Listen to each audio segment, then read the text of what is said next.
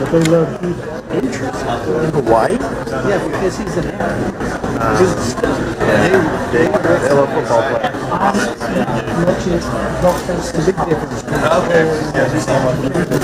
Yes. I got it.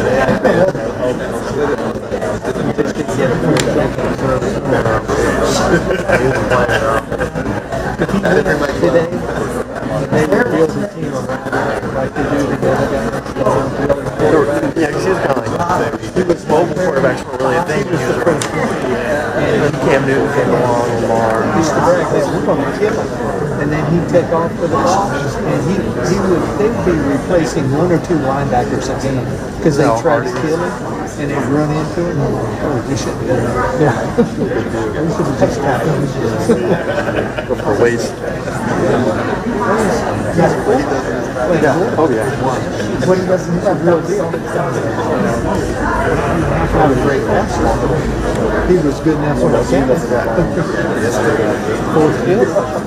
You want him on your team. Very small person. He always rallied. Pulling one of the real good quarterback that's retired now. Elway? Elway? Not Elway. He was Peyton Manning. Peyton Manning.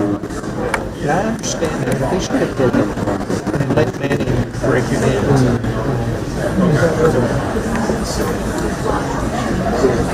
But I can maybe understand because everybody loved Tebow. Yeah. But then they left Peyton Manning to the Super Bowl. Oh, up in Denver, you mean? Yeah.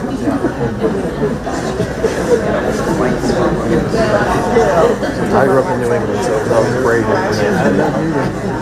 When Brady first started, I liked Brady. This guy. Because I'm a Marino fan. Marino's athletic. Oh, But when it comes to, okay, I don't need this much money, leadership. give it to the other guys. He's a good leader, but he had no one to lead. Was it IQ too? His IQ was... IQ's good. His football acumen. I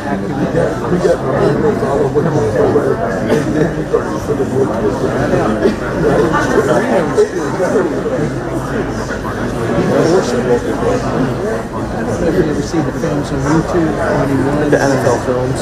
Yeah. where there was a quarterback playoff and he gets the last shot. And the only way he could win was throw a bullseye 60 yards in the field with a car moving. He hit the bullseye. And I haven't seen that. He was supposed to win, Irvine or whatever. And then the next day, Marino wrote him a check for $17,000 because he felt bad about this. He felt pity. Well, he won like $100,000, and Irvine's like, "I'm ready to spend this." You know? So he was number 17, so he wrote him a $17,000. Now that's It's a good thing he wasn't number one. Yeah. Just a grand. With a grand. Here's $100. Yeah. Take it or leave it. Yeah. Yeah, when Thursday hit you with the ball, you better be ready. You know, one of his receivers are running downfield, not paying attention, and turned the ball, hit him right in the face, and stuck in his helmet. Really? Yeah, so he just reached up and pulled it off and took off. You gotta have some power and accuracy. Yeah, you better pay attention or Marino will hurt you. And that's when they were wearing gloves before gloves were these Oh, things. yeah. Yeah, because he threw the ball too hard. Had to use them soft. Yeah, I've never been just quarterback. If you put them on the field together, which one do you choose? It wouldn't have been Brady. It would have been those guys. It's against Elway and Kelly.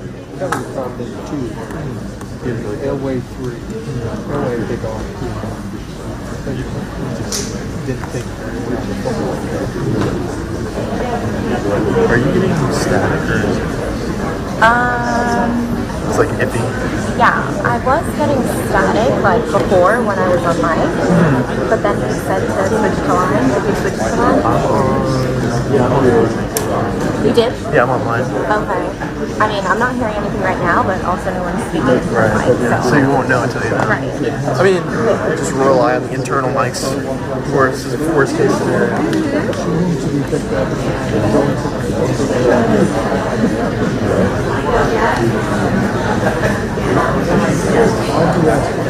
Oh, you're saying line for the input. I was saying line for the. So did you have it on like mic before that? Yeah, because that's what he told us to do last time. So it's better online. I mean, at the last press conference, it worked perfectly on mic. But today, I'm not sure. Yeah, I'm not used to doing press conferences in my typical space.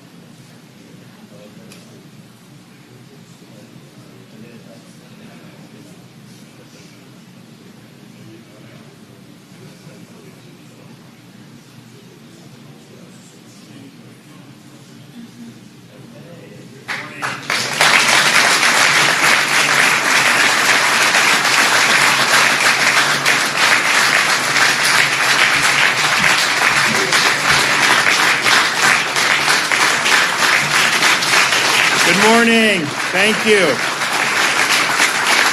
Thank you so much.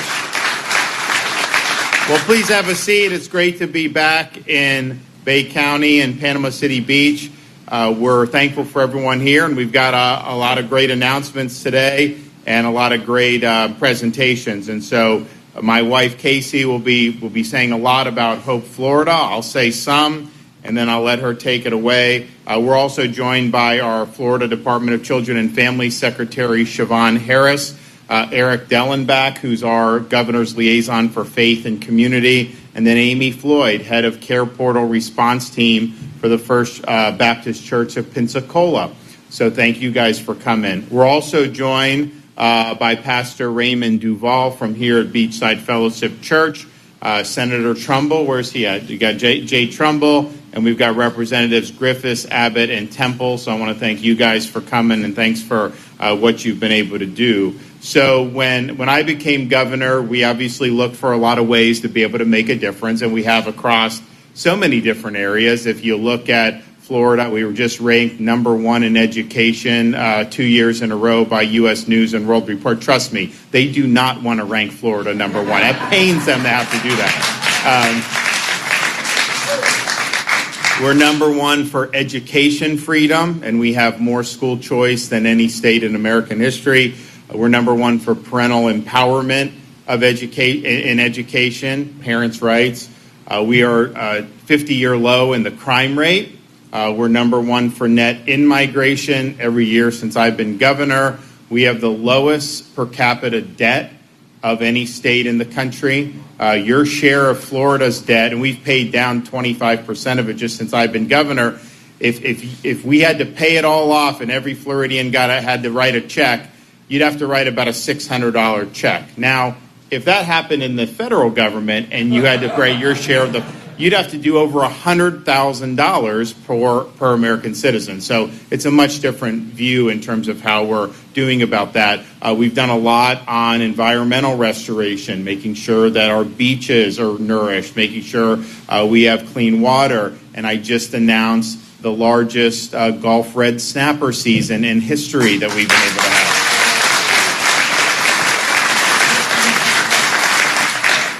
And many, many more things. But one of the things that I think we've done so well, and we now have states come copying what we're doing, and it was spearheaded by my wife, the First Lady, and that's the creation of Hope Florida. And what Hope Florida basically is premised on is government is not the solution to society problems, particularly when you talk about people that need means-tested welfare. To just simply give checks from the government, that does not lift people up. That does not open the horizons. What that typically does is that creates incentives so that you develop a culture of dependency on those systems. And we've seen trillions and trillions of dollars spent in the United States of America since the 1960s.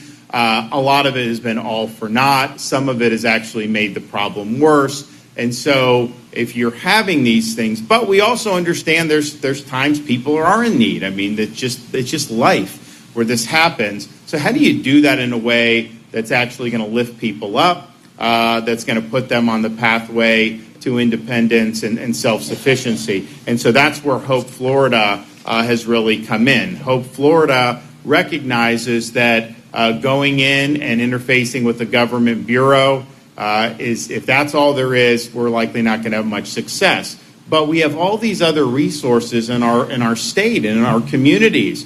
We are one of the few states that actually has embraced the faith-based community as solutions to these pressing problems. And so we've said, okay, you go into an office, that's not going to be the end of it. We're going to make sure that we connect the churches, the volunteer groups, businesses, even individuals who want to volunteer, so that they're now a touch away through this care portal where if somebody needs something, it's not just whether government can do it. You get a message here at the church saying, we got a mom that needs a place to stay. And guess what? Who's going to be more responsive to those things? Our charities, our churches, our businesses, our individuals, or bureaucracy.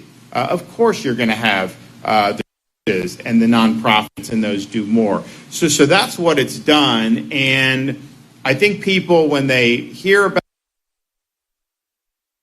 a good idea, they understand the limits of bureaucracy, they understand how red tape is bad, they understand how these programs are oftentimes incentivized to keep people on it. We believe that the sign of success is how many people are getting off these programs, because that's ultimately the goal. You don't want to be dependent on a program. You want to be able to live your life. And so that's what and I think people get that.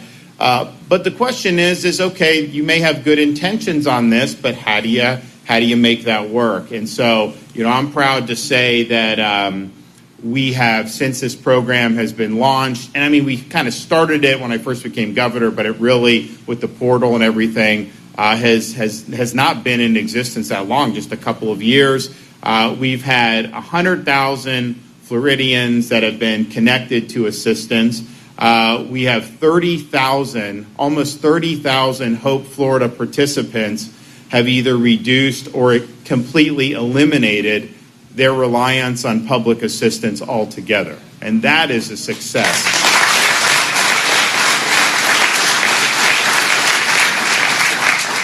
So the results are 73% of Hope Florida participants who had an employment barrier were able to find a job. 62% of participants who had a housing barrier were able to find stable housing. 68% of participants with a child care barrier were able to find long-term support. 66% of participants with the basic needs barrier received services to meet those needs. And 787 former foster youth have received help accessing a college or university tuition waiver. If you look, we've got close to 100,000 Floridians referred, as I said. There's almost 5,000 network partners with Hope Florida throughout the state of Florida. That is like a major force multiplier, because I bet you each one of them does things that a government bureaucracy could not do. So we're really proud about that. And of the 4,900 network partners, we have 1,210 faith-based partners in the state of Florida. And you talk about some of these difficulties in life. You know, it's not just about statecraft. People need soulcraft. They need to be able to have that type of those type of resources provided. And I think you've seen with these numbers that has worked. So, and this is just the right thing to do, but it's also beneficial for taxpayers, because as you get people off this government assistance, we're able to save taxpayers almost $100 million per year. And so over the 10-year period, we think that'll be close to $800 million. So, I mean, you start talking about saving $1 billion, that's good. Now, granted, we've got a big budget surplus in Florida. We pay down debt. We cut taxes. We do, I'm doing this, the infrastructure. We're doing more infrastructure to build these roads. We're doing all this stuff. We're very stable fiscally. We have a AAA credit rating. Our credit's better than the United States government's credit rating, although that's not that difficult nowadays, I guess. And so you see time and time again, but still, you're the taxpayer. We need to be good stewards. If there's ways that we can deliver services better and save money, we have an obligation to do that. It doesn't matter how flush we are with revenue, and that's exactly what we've done. So I'm just very proud as a Floridian that we have a program like this in action, and I also know it would not have been possible without the young lady standing next to me, so I want to bring her up.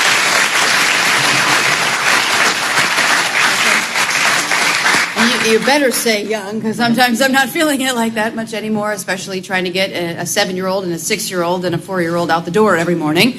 But no, I just want to say, first of all, thank you to the governor. And I wanted to say that publicly. I tell him that behind closed doors all of the time, because it really is very special when you feel empowered to be able to make a difference.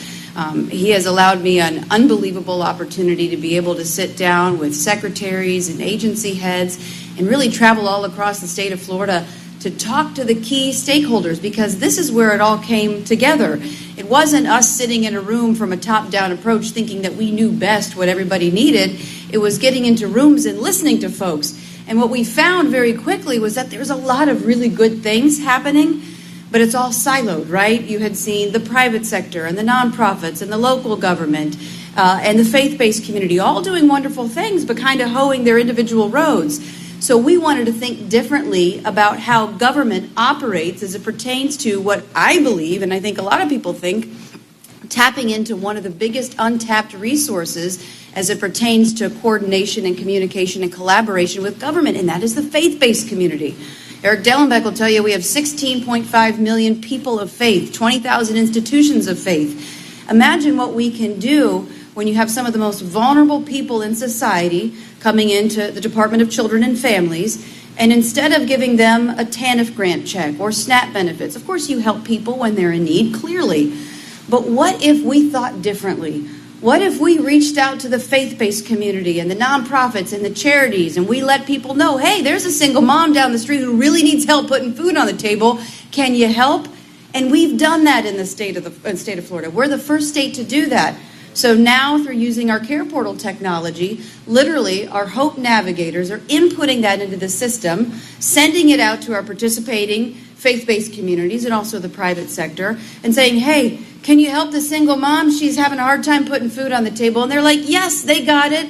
And all of the faith-based communities compete to see who can get it first. And literally, and I've done this firsthand, I've done this with the secretary, I've done this with Eric Dallenbeck, we show up at their front doorstep with food to say, hey, I heard you were struggling.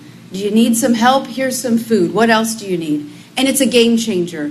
Because yes, you're meeting immediate needs, but you're also letting these people who are suffering sometimes alone know that the entire community is ready to rally behind you. It's just the faith-based community never knew that they were there. So government is uniquely positioned now to communicate and collaborate between good people in need of help and good people who are willing to help. And then government makes the connection and they get out of the way. And I'll tell you, yes, we talk about transitioning off more than 20,000 people from government assistance, and yes, that is important. Yes, that's a good ROI for the taxpayer. Yes, you're seeing people enabled and empowered to live up to their God-given potential because you're giving them the resources and the tools to be able to do so. But one thing that we are working on calculating, which is really important, is the preventative side of this. Because government too often waits for a problem to happen, and then they react afterwards. And a lot of times the outcomes aren't as good, and we're spending more money, and it's not good for the individual. But now we're getting in front of it. So I'll give you an example. Our CPIs, our child protective investigators, they're on the front lines. They go out and they investigate suspected child abuse or neglect, and they're making critical decisions as to what happens in that family. Do you take children away? Do you not take children away? Up until the governor took office, what would typically happen is if they noticed that there was a problem, but they didn't see any evidence to take any children away, that would be pretty much where it ends. That changed under his tenure.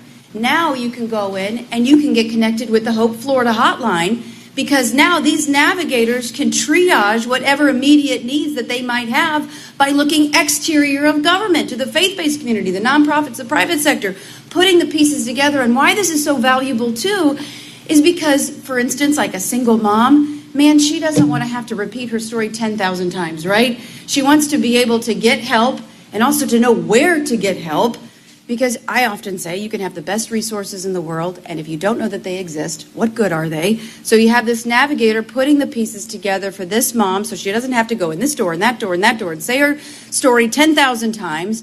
And then, yes, meeting immediate needs is important. Transitioning off government assistance is important because it's empowering people to live up to their God-given potential. But it's more than that. And it is what this entire program is all about. And it is hope. Hope for a better day. Hope for your kids. Hope for yourself. Hope that this too shall pass.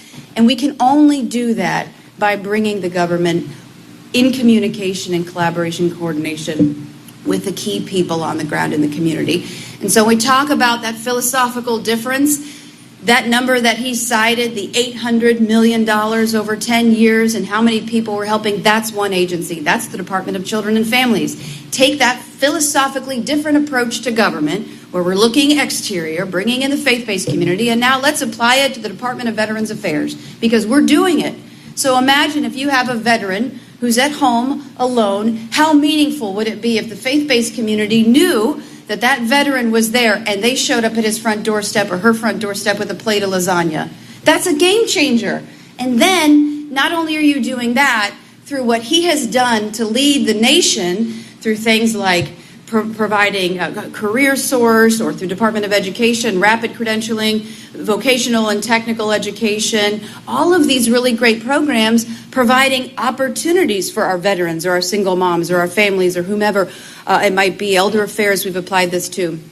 Giving those opportunities to them so that they can find their pathway to prosperity. And so it's putting all of the pieces together. And it's really exciting to be a part of this. And again, this would not happen. We would not be here if you did not have Ron DeSantis as the governor of this great state.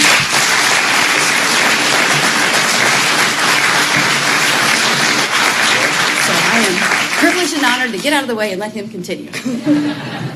Well, we're going to recognize, so I think maybe if you guys just do the checks right in front here, like, so you go right in front on the ground, so this way they don't have to go up the stairs. So First Lady's going to hand you a check. So we have people here who are receiving funds. So obviously Hope Florida is part of what government is doing, but there's also an attached 501c3 charitable group where people have contributed money, and it allows you to be able to make charitable grants, groups that are part of Hope Florida doing a good job, and help them. So it's not the taxpayers giving them money here. These are all charity funds that are going to groups that have really made a difference. And so I am going to call up each group. I'll kind of narrate. You snap a pic with the First Lady, then we'll go on to the next. So the first one, first recipient is Vision of Hope. Jane Simmons founded Vision of Hope after she retired from the Exceptional Student Education Department. Her mission was to provide school to workforce transitional assistance to young adults with unique abilities. I would get right in the middle here so that they can get a clean picture of you guys. Yep. I don't think they know they're getting these checks. Oh, you didn't know that? Okay, good. You're getting the check. So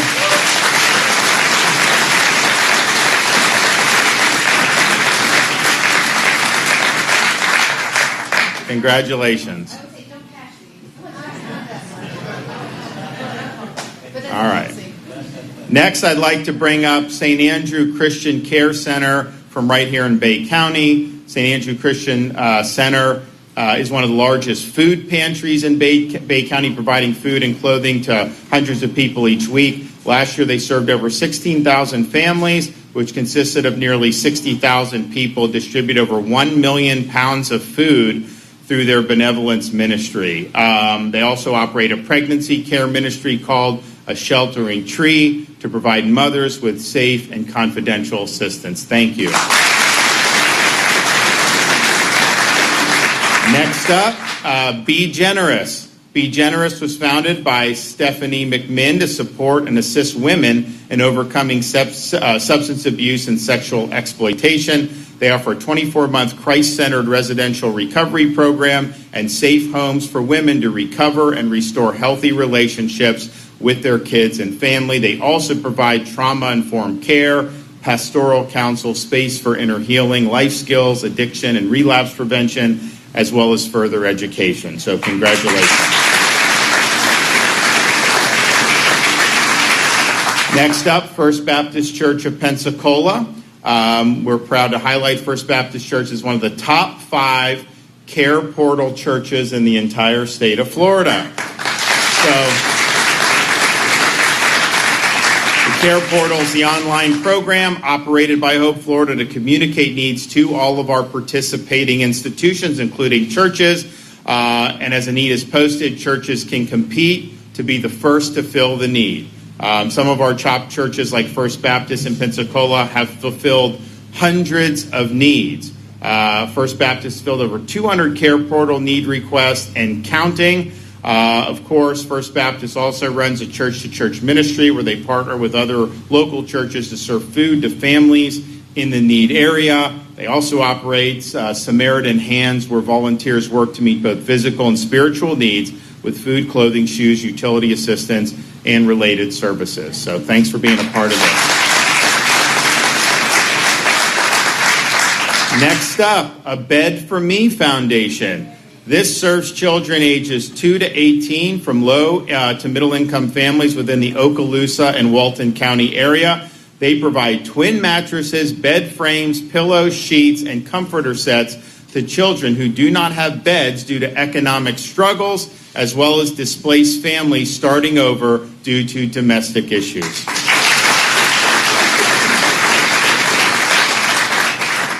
Next, I'd like to recognize Food for Thought Outreach.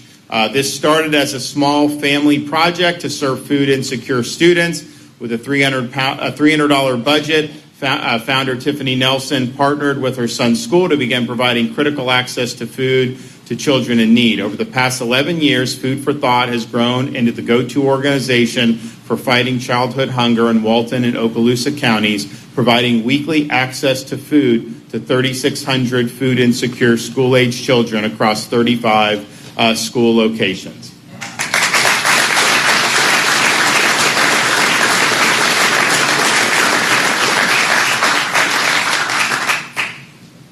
And last but not least, I would like to call up Caring and Sharing of South Walton. Caring and Sharing of South Walton provides crisis relief through financial assistance, clothing assistance, food pantry assistance, rent, utility, and prescription assistance. Thank you for making a difference in our communities.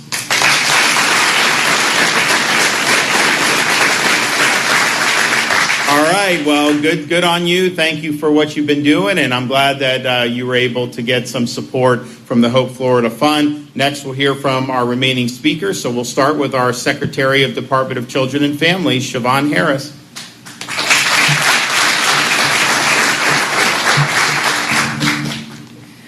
Good morning, and thank you so much, Governor DeSantis and First Lady DeSantis, for your unwavering support of families in need and your continued investment in the growth of this amazing program. When we implemented this program in DCF in 2021, I knew it would be transformative and change the way that we do business at DCF. But fast forward 2 years later, I am in absolute awe at what it has accomplished. The conversations it has evoked and the hope it has provided in tackling decades-old problems. It serves as an alternative pathway for families who would otherwise get caught on that never-ending hamster wheel that leads to over-reliance on government assistance. It helps to eliminate the silo between faith institutions and government to more effectively serve vulnerable families. And it's the antidote to bureaucracy, making it easier for organizations doing good to partner more seamlessly with government on a shared mission. So if you ask me, does the program work? Unequivocally, yes, yes, and more yes. We see success in the story of the single mom who found the courage to leave an abusive relationship and then contacted us for help, through nonprofits like the one who were awarded this morning, and through our partnership with CareerSource Florida. Her Hope Navigator was able to work with her to put the puzzle pieces back together. Then there's the wife who just turned 60 and also had her husband leave her at the same time. When she called, she was distraught, didn't know where to turn because she'd been a single mom, hadn't been in the workforce for years. But by strategically linking her to the right partners, she found a new interest and career path as a home health aide and loved it so much she wanted to become a certified nursing assistant.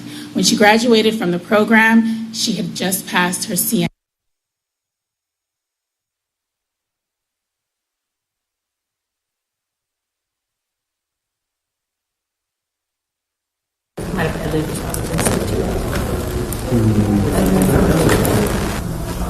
Can you beat this for audience?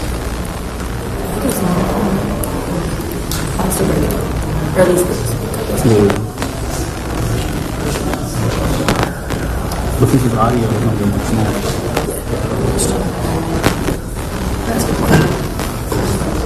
Yeah, it should, even though it's not.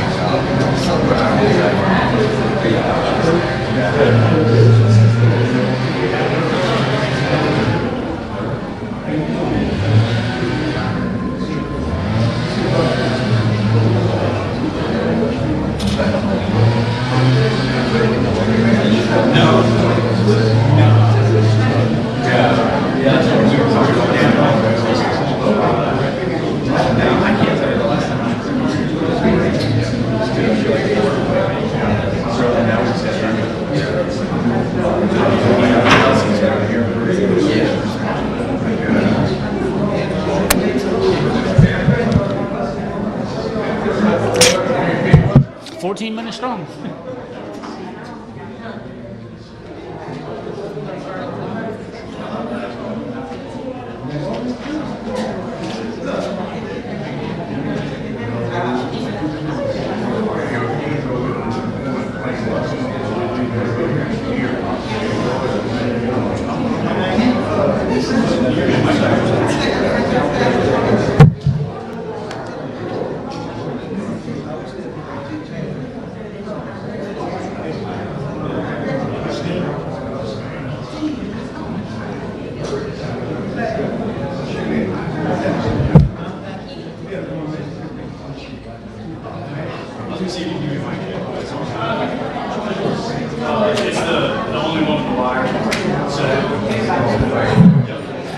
Check. 1, 2, 3, 4. Check. 1, 2, 3, 4. Give me a thumbs up when I'm good. If not, I can keep talking. I can count to 10 if you need me to do that. 1, 2, 3, 4, 5, 6, 7, 8, 9, 10. We're good.